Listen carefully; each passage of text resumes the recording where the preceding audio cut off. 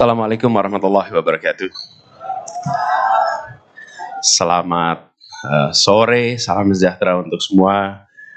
Yang saya hormati Pak Direktur Sekolah Kajian Strategik dan Global UI, Bapak Ator Subroto PhD, Kepala Program Studi Kajian Pengembangan Perkotaan, Pak Dr. Khotib. Kemudian juga partner kita selama ini nih, Pak Andi Simarmata, Bu Linyola, dan rekan-rekan kolega, teman-teman dosen yang sebagian bekerja bersama. Ini ada Bu Anita, ada Bu Harlili yang bersama-sama selama ini bekerja di Jakarta. Dan teman-teman, ini mahasiswa semua ya belakang ini? Hah? Bener mahasiswa ya? Acungkan tangan coba yang mahasiswa, mana yang mahasiswa? Oke. Ada yang bukan mahasiswa juga di sini? Mana yang bukan mahasiswa? Oke. Mau ikut program dokter juga di sini? Barangkali udah mau ikut program dokter di sini. Mungkin pemanasan dulu ya, gitu. Endorse.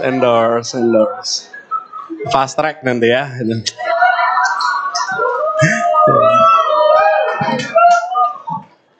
Ini belum apa-apa udah AU nih.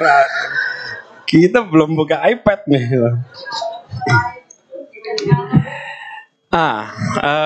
Saya ingin sampaikan terima kasih.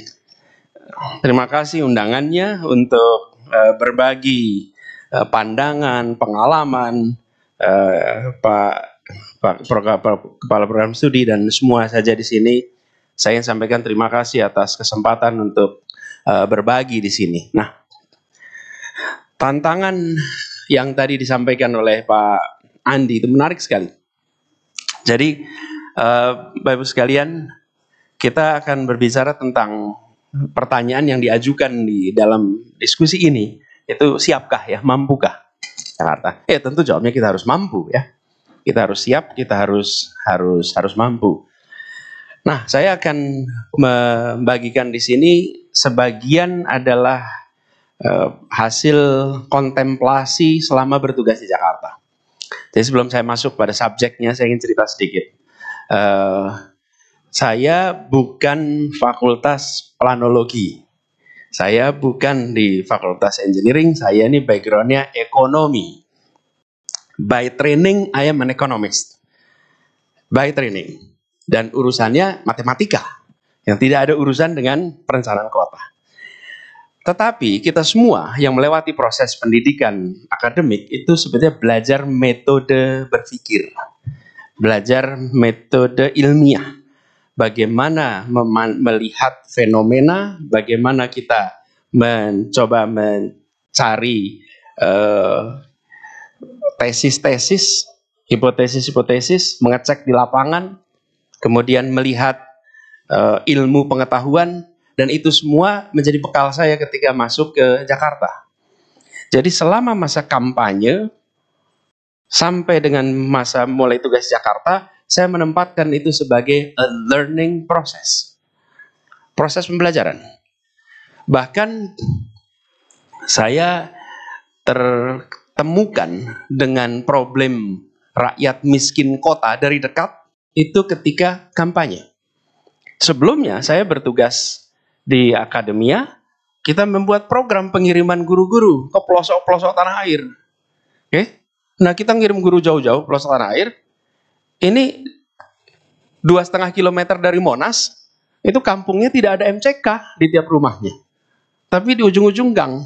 Jadi problem yang seringkali kita lihat di luar dengan yang kita lihat di Jakarta, dari dekat itu beda. Nah, saya merasakan dalam perjalanan itu sebagai proses pembelajaran. Nah, dari situ juga saya menempatkan diri sebagai orang yang ingin mendengar. Yang saya diberikan waktu itu adalah kewenangan, otoritas. Tetapi saya tidak berpretensi sebagai orang yang tahu solusi atas semua masalah. Yang ada adalah kewenangan. Solusi ada di mana? Ada di mana-mana solusinya. Termasuk ada di para pakar. Bagian kami yang megang kewenangan adalah open-minded.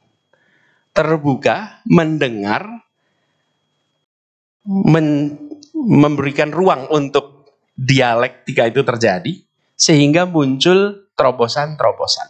Nah, jadi yang akan ditulis, yang akan disampaikan di sini, sebagian ini bukan mendasarkan pada textbook, tapi mendasarkan pada pengalaman yang berada di Jakarta, yang pengalaman itu dicoba diterjemahkan secara terstruktur agar bisa dipahami. Jadi ini adalah bagian dari rekaman yang kami rasakan sama-sama. Nah, terus ini Bapak sekalian, kita akan mulai dengan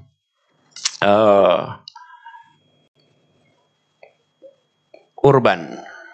Kalau boleh, pakai ini ya. Ini next slide ya. Jadi porsi penduduk kita yang tinggal di perkotaan itu makin hari makin besar. Diperkirakan 70% penduduk global akan tinggal di kota. PDB global dihasilkan 80% di kota. Lalu konsumsi energi global itu di kota, padahal kota itu hanya 3% dari luasan dunia. Dalam pertemuan tadi yang disebut-sebut sebagai U20, Urban 20, saya founding members di dalam Urban 20, waktu itu pertemuan di Buenos Aires, pertemuan pertama kali Urban 20. Kenapa dibuat Urban 20? Disimpulkan, persoalan-persoalan utama yang dihadapi umat manusia ini, itu disebabkan oleh masalah kota. Apalagi masalah lingkungan hidup. Lingkungan hidup itu problemnya diciptakan di kota. Jadi kota sebagai kontributor masalah yang dihadapi umat manusia. Tapi jangan lupa, di kota juga pusat talent dan solusi untuk umat manusia.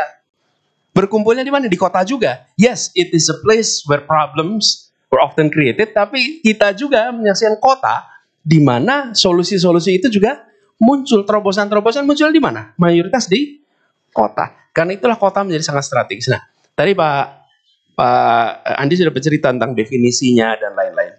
Saya sering menggunakan definisi-definisi yang sederhana di dalam kemarin bertugas di Jakarta. Definisi sederhana itu apa? Supaya memudahkan seluruh jajaran untuk mengejarnya. Gitu. Kalau sekarang ditanya, what makes a city global city? Karena apa? Mahasiswa jawab. Ini kalau sudah begini biasanya menghindari eye contact. Nih. Ayo, kenapa? What makes a city a global city? Ya.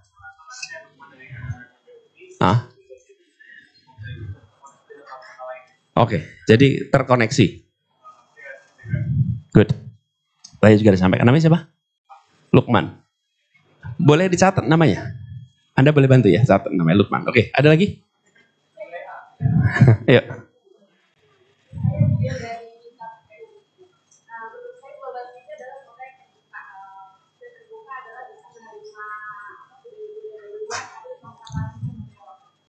Oke, kota yang terbuka menerima budaya dari luar, tapi juga mempertahankan budaya lokal. That's global city. Ada lagi? Oke, Anda?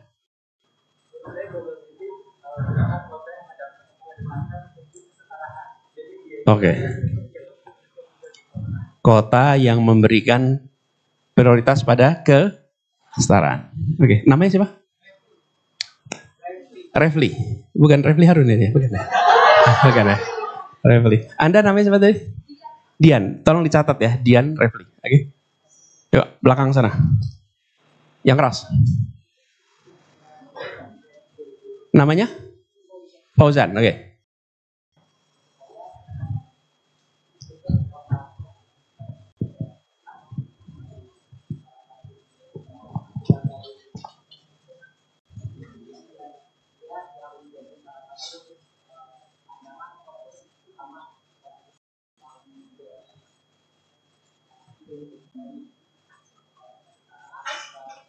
Ini esai ini.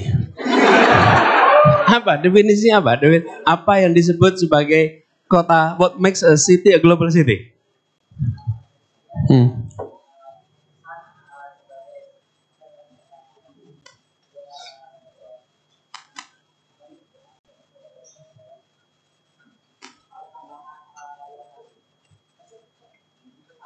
Apanya yang utama?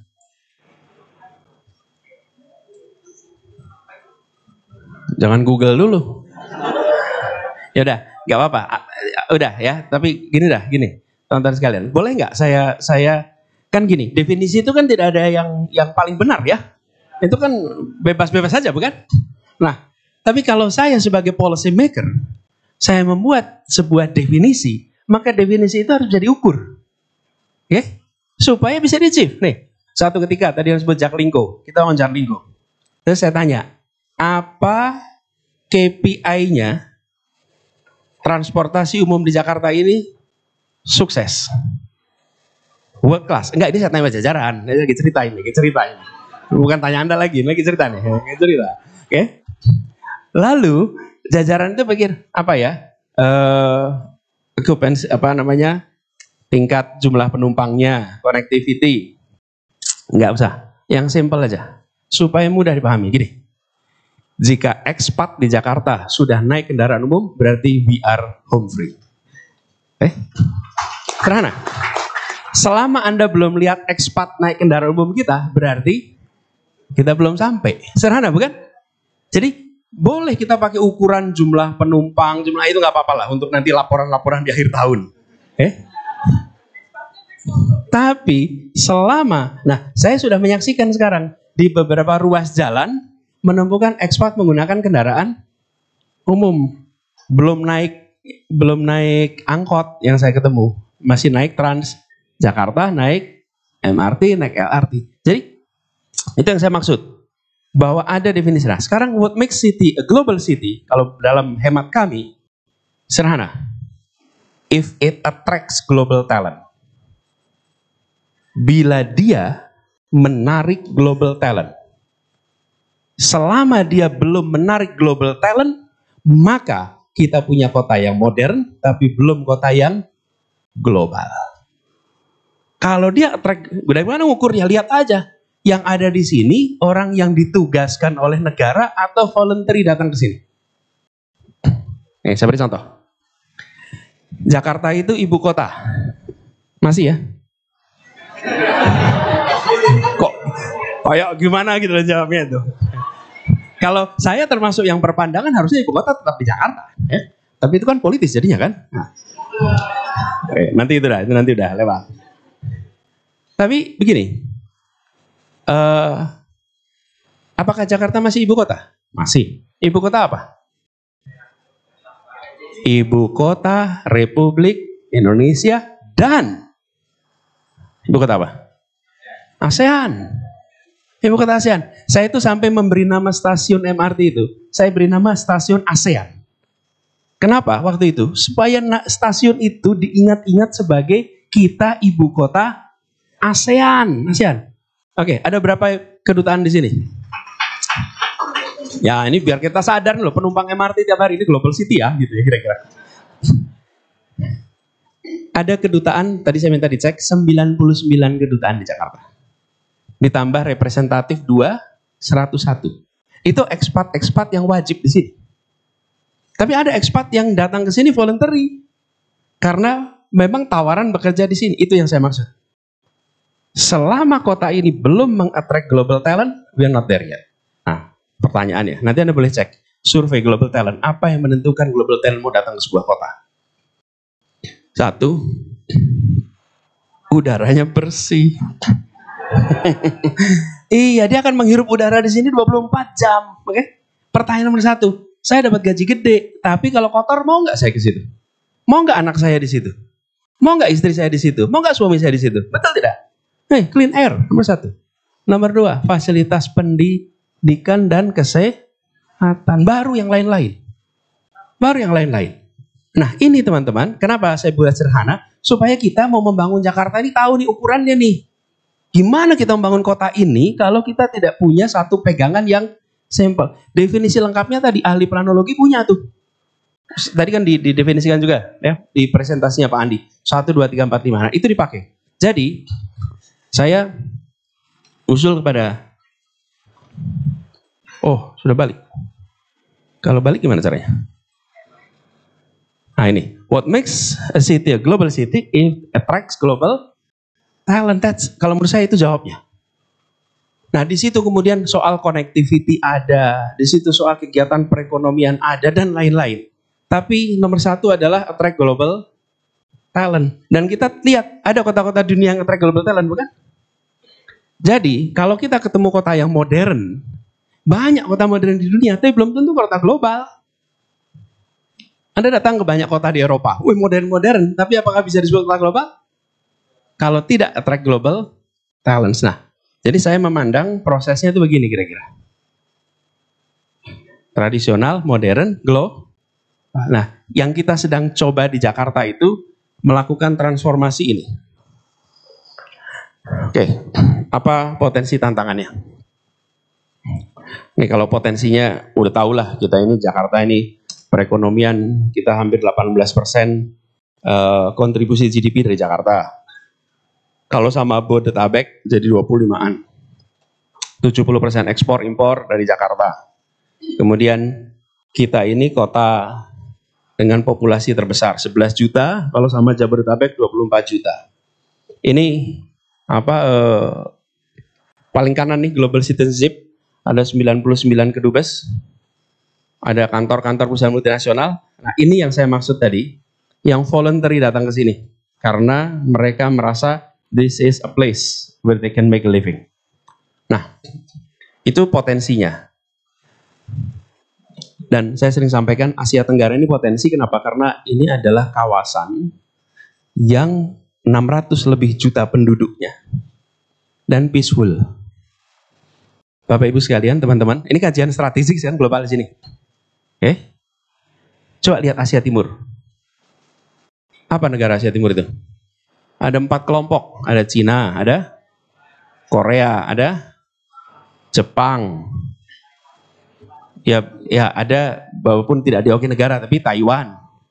Betul tidak? Sekarang tanya, bisa nggak mereka akur? Simple aja.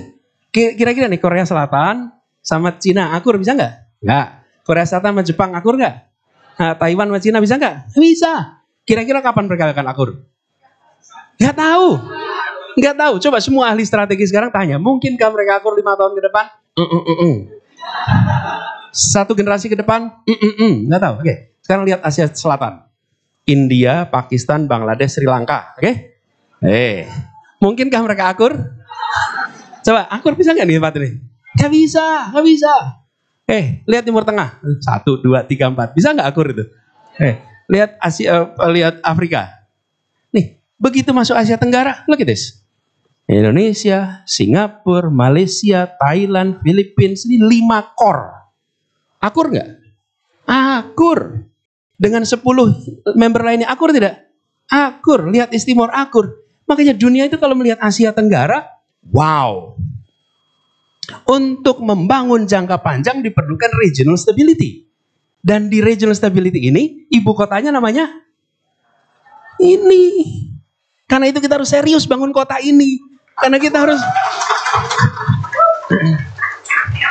karena kita sedang mengcater bukan hanya Indonesia, kita sedang mengcater ASEAN. Jangan sampai resminya di Jakarta, de factonya di Singapura. Betul tidak? Nah, tapi untuk bisa itu PR kita banyak nih. PR kita banyak. Oke. Saya terusin ya. Sekarang masalahnya apa nih? Nih masalahnya. Kita punya problem nih. Man-made disaster over natural disaster. Ada banyak sekali problem-problem yang muncul karena ciptaan manusia. Bukan ciptaan alam saja. 1, kami menyebutnya sebagai core masalah. Car oriented development, pembangunan berbasis kendaraan bermotor. Yang kedua, tidak terpenuhinya pelayanan dasar, pendidikan, kesehatan, lapangan kerja, air bersih, perumahan. Ini perumahan dasar dan beberapa yang lain. Dan pembangunan yang tidak ramah lingkungan. Ini kami sebut sebagai 3 masalah utama. Kalau ini diselesaikan, mudah-mudahan kebutuhan kita untuk global talent apa global city itu akan terjadi. Apa itu? Nih, ini kata undang-undangnya nih. DKJ akan dikembangkan sebagai pusat perdagangan, pusat kegiatan layanan jasa dan keuangan, pusat kegiatan bisnis nasional, regional, dan global. Nah, kalau itu mau dikerjakan, tidak bisa hanya dengan membangun bursa yang bagus. Nggak bisa. Nggak cukup. Dengan regulasi perbankan yang baik, nggak cukup.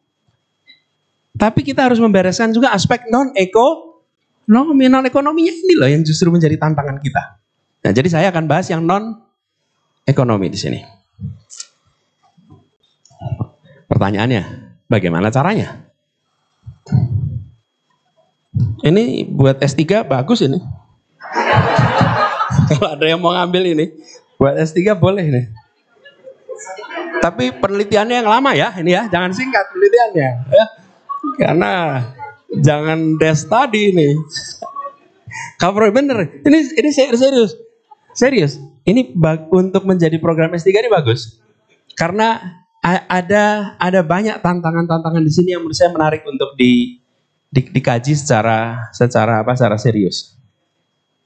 Ini gara-gara kemarin jadi ramai terus kalau saya ngomong S3. Capek deh gitu ya.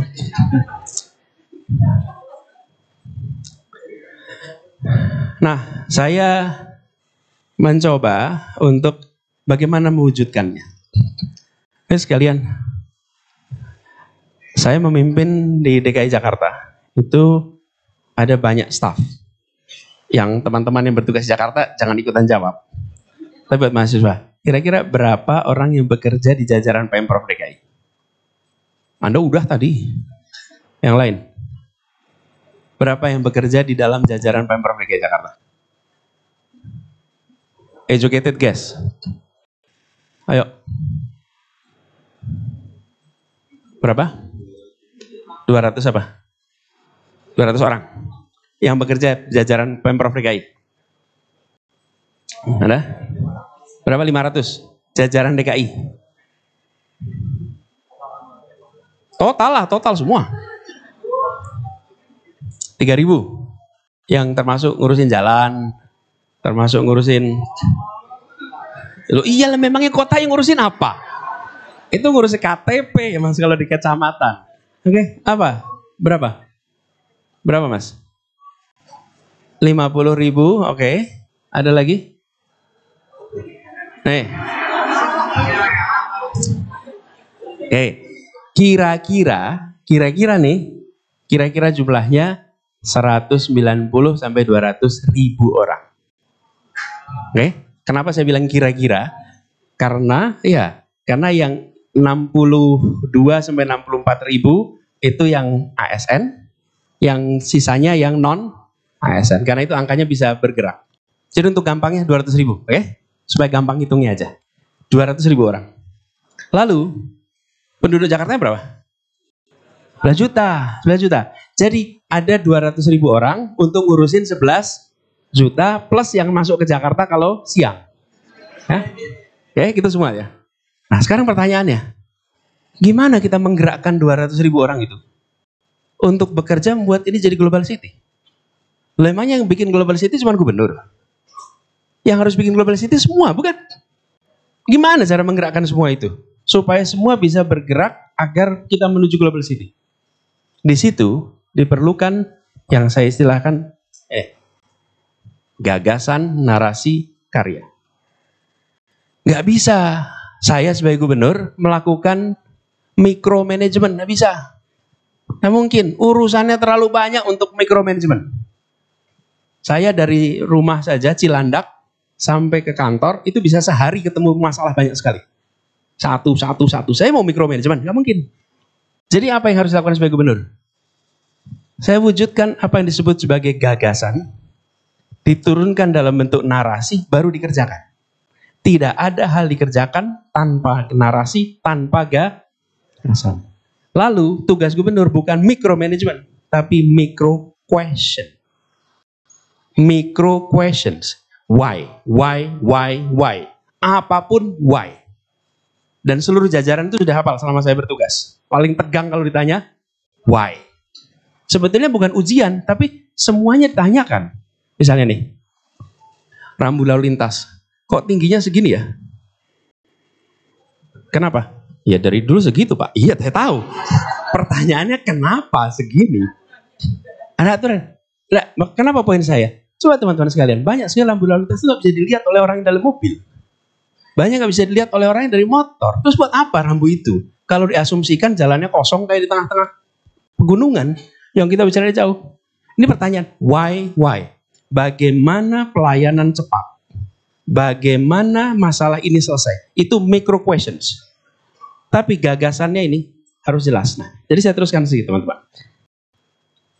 Apa terkait ini? Sebentar, saya turunkan dari gagasan itu. Saya turunkan jadi kami ini bekerja bersama nih, membuat 6 prinsip yang harus ada di kota ini supaya dia menjadi kota global. Apa prinsipnya? 1, setara. Tadi Anda bilang tuh setara, jadi kota global. 2, sejahtera. 3, maju. 4, hidup, lestari, bersatu. Itu yang disebut sebagai values. Nanti values itu diterjemahkan dalam bentuk karya. Ini boleh dipakai? Ya, saya ini biasanya pakai whiteboard. Canggih bener. Bentar. Oke.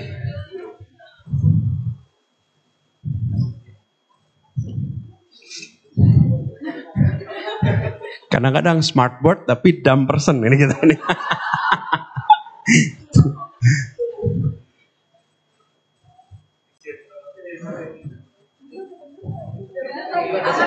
Oh ya, siap.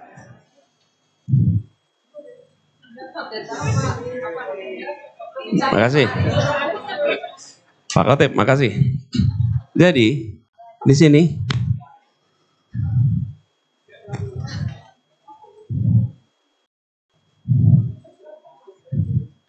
adalah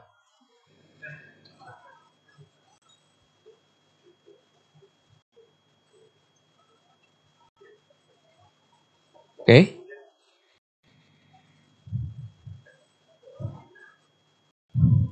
Yang tadi diturunkan dalam bentuk apa? Narasi. Kemudian dalam bentuk karya. Ini teman-teman. Tadi saya sampaikan. Kami itu mengelola 200.000 orang. Kalau saya memimpin 20 orang, maka 20 orang itu saya berikan tugas satu-satu. A tugasnya ini, B tugasnya ini, C tugasnya ini, satu-satu saya beri tugas. Kenapa? Karena saya memimpin 20 orang. Saya beri tugas satu-satu. Kalau saya memimpin 200 orang, maka saya bikin SOP. Saya bikin struktur organisasi, saya bikin pembagian tugas, lalu saya lakukan manajemen untuk mengelola 200 orang. Tapi kalau saya memimpin 200.000 orang, maka yang dibutuhkan adalah values yang dipegang oleh pemimpin 200 orang, yang dipegang oleh pemimpin 20 orang. Kebayang nggak? Kenapa ini penting? Karena di sini memimpin 200K diterjemahkan oleh orang yang memimpin 200, kemudian diterjemahkan oleh orang yang memimpin 30. Kalau kita tidak punya ini, teman-teman, nanti yang di sini nggak punya guidance. Jadi ketika kembali kepada value tadi, 6 prinsip tadi.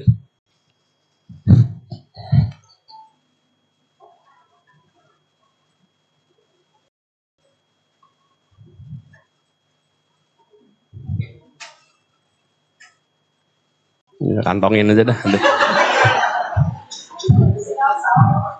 Ini kepada yang tadi 1, 2, 3 nih. Maka setara misalnya, begitu menggunakan prinsip setara, semua dinas, semua badan harus mengadopsi prinsip setara dalam kebijakan. Dan dia harus memastikan bahwa ada prinsip maju, prinsip bersatu. Itu semua harus dijalankan sehingga para pemimpin 200 orang bisa menerjemahkan. Nah, itu pegangannya kira-kira. Lalu apa yang dikerjakan? Cara kembali ke slide sebelum itu gimana? Sebelumnya lagi. Nah, tadi saya sebutkan ya 3 masalahnya. 1, car oriented development. 2 under investment basic service, 3 adalah pembangunan yang tidak ramah lingkungan. Maka solusinya jadi transit oriented development, yang kedua jadi rapid investment in basic service, dan yang ketiga adalah sustainable serhana. Itu serhana di tingkat policy makersnya. Lalu apa terjemahannya? Nih, car oriented development. Maka pembangunan berbasis koridor berubah menjadi pembangunan berbasis distrik. Kalau teman-teman yang sedang studi, Anda coba cek di Pergub, saya lupa nomornya, tapi Pergub ini keluar di akhir masa jabatan tentang RDTR 31. Pergub 31 tahun, masa 31 sih? Lebih Pak. Oh 31 ya? 2022. Nah teman-teman akan menyaksikan bahwa Jakarta itu digeser sekarang itu dari pembangunan berbasis kendaraan bermotor menjadi berbasis transit oriented. Dengan pendekatan ini, maka kami berencana, ini rekaman ini boleh disimpan, mudah-mudahan suatu saat nanti boleh dicek lagi, apakah kejadian apa tidak. Apa? Selama beberapa dekade, dengan pendekatan car oriented development, kita menggeser penduduk Jakarta keluar Jakarta. Disiapkan jalan tol masuk ke kota. Harga tanah di Jakarta menjadi mahal. PBB-nya ditingkatkan. Lalu penduduk kita digeser keluar. Tanpa, ini sengaja apa tidak kita nggak tahu. Tapi polisinya begitu. Dengan kebijakan tadi, kami ingin mengubah bahwa kawasan sekitar stasiun, jumlahnya berapa ya stasiun tadi itu? 80 lebih stasiun di Jakarta. Kita mengizinkan untuk membangun gedung tinggi di radius 800 meter dari stasiun sampai 1,2 radius.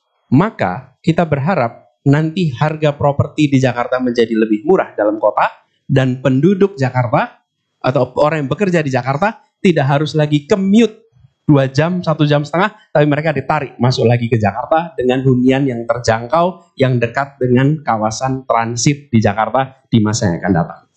Itu visinya. Yang mengerjakan siapa? Private sector. Karena negara menciptakan pasar. Bagaimana negara menciptakan pasar? Dengan memberikan kelonggaran untuk membangun gedung vertikal. Begitu dibuat vertikal, maka orang mau investasi. Dengan begitu maka terbangun. Jadi ini sebetulnya adalah sebuah rekayasa mobilitas penduduk tapi jangka panjang.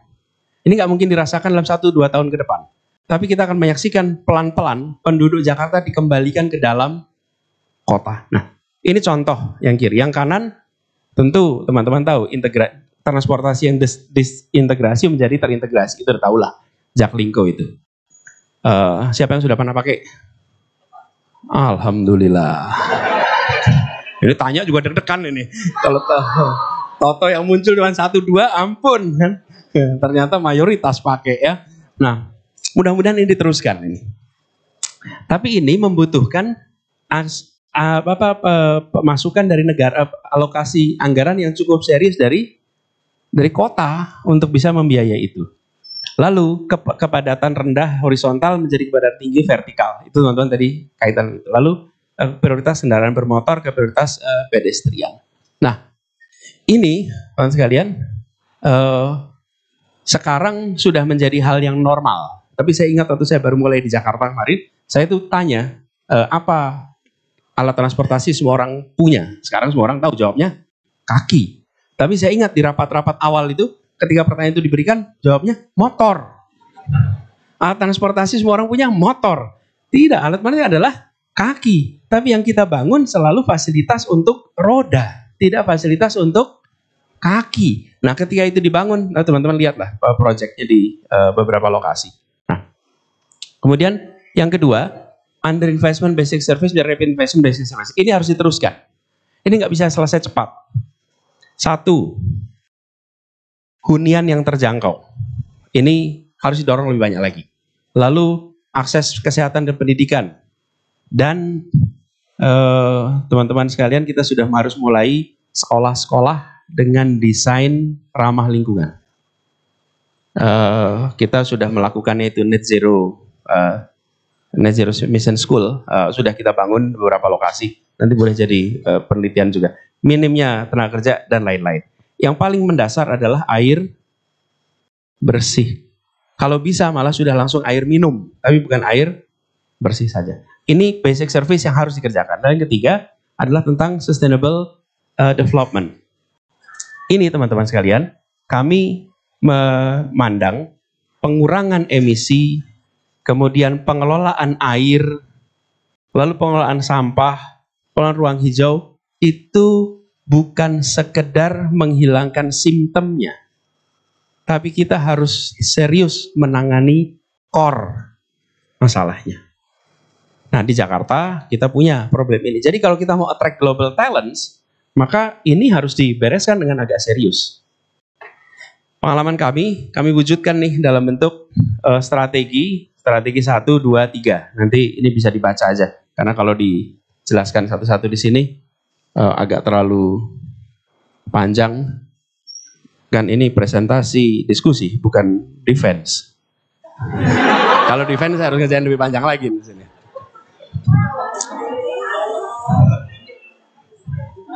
Tapi saya ingin tunjukkan satu hal. Di dalam menjelaskan ini, Bapak sekalian, harus kita, pengalaman kami membuat global. Itu harus saya kasih contoh. File tim ada? Ada di sini juga. Boleh ditunjukin. Ini saya beri contoh sekalian. Salah satu fasilitas kota global yang waktu itu kami bayangkan adalah memiliki knowledge center atau perpustakaan yang kelas dunia. Ada yang pernah ke perpustakaan tim belum? Acungkan tangan. Udah, alhamdulillah. Udah ya. Gini. Itu meyakinkan soal Pak Ayub Rosidi. Pak Ayub Rosidi itu yang menjaga perpustakaan dokumentasi HB Yasin sastra. Beliau itu sama sekali nggak mau melepaskan. Sampai proses negosiasinya panjang sampai beliau percayakan untuk akhirnya diizinkan dipindahkan. Teman-teman, ini bukan presentasi tahun ini, itu presentasi berapa tahun yang lalu? 24 Oktober 2016. Jadi ini cara saya bekerja. Ini pertanyaannya nih, bagaimana membuat perpustakaan kelas dunia? Tapi kalau kemudian dilepaskan begitu saja, maka liar, bisa kemana-mana. Saya beri contoh. Ini saya beli ilustrasi, silahkan digunakan sebagai referensi. Jadi, saya siapkan sebuah PowerPoint, dipresentasikan ke dinas yang paling tidak dapat perhatian. Dinas perpustakaan. Iya betul, arsip dan perpustakaan itu paling gak dapat perhatian. Dan tanyakan berapa gubernur yang datang ke kantor itu. Anda boleh cek lah. Sementara itu knowledge, ilmunya ada di situ tuh. Di situ. Nah, jadi saya kumpulkan, dengerin. Dan mereka senang juga dikasih presentasi ini. Tunjukin, apa yang terjadi? Ini saya berikan contoh. Nih, disebut bad library seperti apa? Kalau ngumpulin koleksi. Good library kalau bikin pelayanan. Tapi kalau great library kalau it builds community. Oke. Jadi disebut sebagai perpustakaan yang baik bila membangun komunitas atau KPI-nya. Jadi dulu seperti apa perpustakaan itu? Gudang buku. Sekarang pusat saraf untuk informasi. Dulu penuh dengan buku cetak. Besok penuh dengan web terminal. Tempat yang sedikit hiburan. Dan penghutang sudah kerja. Sekarang tempat ruang ketiga untuk orang berinteraksi. Pulang kantor bisa ke sana, pulang kerja bisa ke sana. Ngalamin nggak sekarang? Nah, jadi teman-teman, di-outline kan, nanti filenya bisa dibagikan ini. Lalu kasih contoh, pustakawan itu sebetulnya seperti apa sih? Pustakawan itu jangan sebagai penjaga buku yang diam. Pustakawan itu justru aktif. Saya ingin sampaikan teman-teman, ini contoh saja, tidak untuk dipresentasikan di sini. Tapi saya ingin sampaikan pada teman-teman, semua, apakah itu trotoar, apakah itu kampung, apakah itu perpustakaan, apakah itu transportasi umum, di dalam menerjemahkan gagasan menjadi karya, ini ada narasinya di sini. Ini yang saya sebut sebagai narasi. Orang paham, sehingga nanti jalankan sendiri. Hasilnya, ya kita tahu yang sekarang menjadi taman perpustakaan Taman Ismail Marzuki. Nah, saya sebagai gubernur berapa kali keliling ke ada conference di beberapa negara. Kan biasanya dijemput sama KBRI. Terus tanya, Pak mau kemana gitu. Saya bilang saya mau ke perpustakaan. Dan hampir semua tempat dibilang ini satu-satunya pejabat yang datang ke perpustakaan. Karena biasanya mau datangnya ke tempat-tempat yang lain. Ya, buat kami itu penting karena ini kita ngurusin kota yang salah satu unsur utamanya adalah knowledge. Gimana kota ini nggak pakai knowledge? Ini teman-teman kami gambarkan kepada mereka semua. Ini filenya agak banyak, tapi sebagai inspirasi, saya termasuk sekalian yang mempercayai bahwa mimpi itu fungsi pengetahuan. Dan saya rasa itu benar. Anda tidak mungkin punya mimpi yang tidak Anda ketahui. Nah, kalau bayangan perpustakaan itu adalah perpustakaan yang ada seperti sekarang, bagaimana bisa punya mimpi tentang perpustakaan yang kelas dunia, mau jadi kota global? Jadi, semua aspek kota global yang tadi kita bahas, itu harus diterjemahkan dalam bentuk ilustrasi, narasi yang dipahami oleh ini nih. Udah hilang tadi 200.000 ini. Jadi, nah untuk mengerjakan itu, kembali ke slide ini, saya ini bagian terakhir, mengerjakan membangun kota global seperti Jakarta ini, tidak bisa dikerjakan oleh pemerintah sendirian. Kenapa? Ruginya luar biasa. Ruginya kenapa? Jakarta itu, teman-teman, tempat berkumpulnya think tanknya Indonesia di sini. Tempat berkumpulnya kampus-kampus di Indonesia di sini. Pakar-pakar adanya di Jakarta. Lalu setiap kali kita membuat rencana pembangunan Jakarta, itu lebih tepat rencana pembangunan Pemprov DKI Jakarta. Padahal ini rencana pembangunan kota Jakarta, bukan rencana pembangunan Pemprov. Kalau gitu siapa yang harus dilibatkan dalam pembangunan? Semua. Tapi cara mindset kita itu yang disebut pembangunan itu adalah tugasnya negara. Anda bayar pajak saja dan saat pemilu nyoblos. Sesudah itu nonton. Nah, kami no. Itu masa lalu. Sekarang itu harusnya kita mengajak seluruh pihak terlibat. Nah, ini di dalam ilmu ada referensinya nih. Sorry. Ke belakang sekali. Ini dia. Marcus Forth itu Professor of Urban Informatics membuat pendekatan ini. Ini buat teman-teman menurut saya wajib dipelajari nih. Nah, saya mencoba ketika bertugas di Jakarta membawa dari 1, 2, 3 ke 4. Apa 4 itu? City 4.0. Ini City 4.0. Ya, kalau City 1.0, City Government as Administrator, dan People, rakyat semata-mata sebagai residents. Itu kota paling lama. Kota berikutnya adalah City Government as Service Provider, rakyat sebagai customer. Nah, ini kita banyaknya sukanya di sini nih. Pemprovnya juga suka di sini. Udah Anda duduk tenang, kami melayani. Lalu menyebutnya sebagai pelayan masyarakat.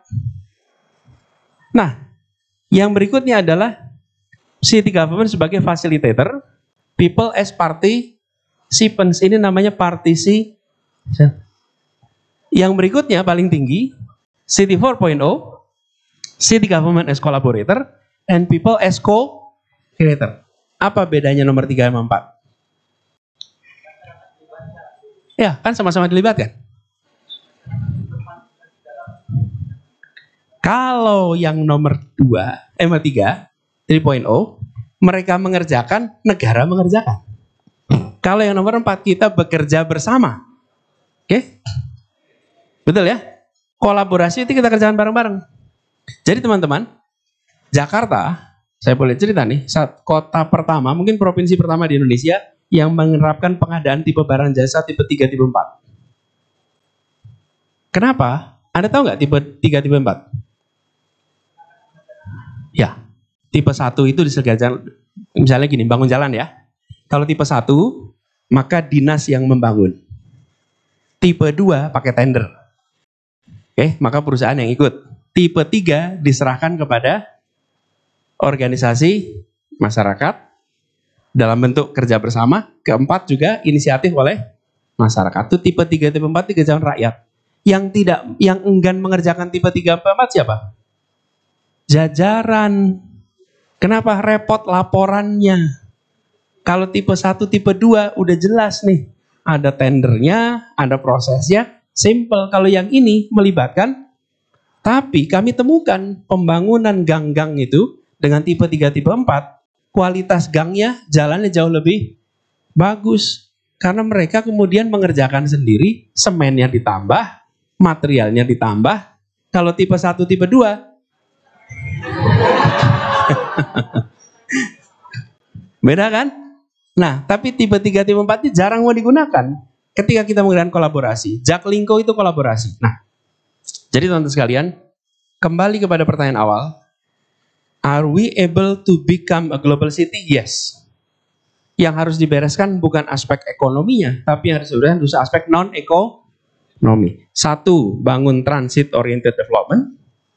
Yang kedua, membereskan basic services. Yang ketiga, sustainable development. Metodenya dengan tadi, cara berpikirnya ada gagasan, narasi, karya, kemudian diturunkan dengan pendekatan kolaborasi. Nah itu kira-kira 1 menit summary-nya dari apa yang diomongkan tadi. Begitu ya teman-teman sekalian. Terima kasih.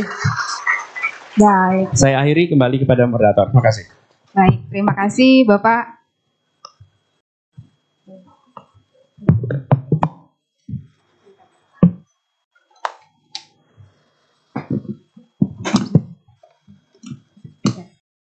Baik, terima kasih Bapak atas sharingnya. Selanjutnya kita akan dengarkan.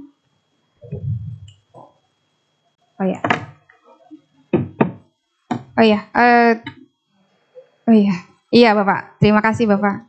Ini dulu Pak Cendramat.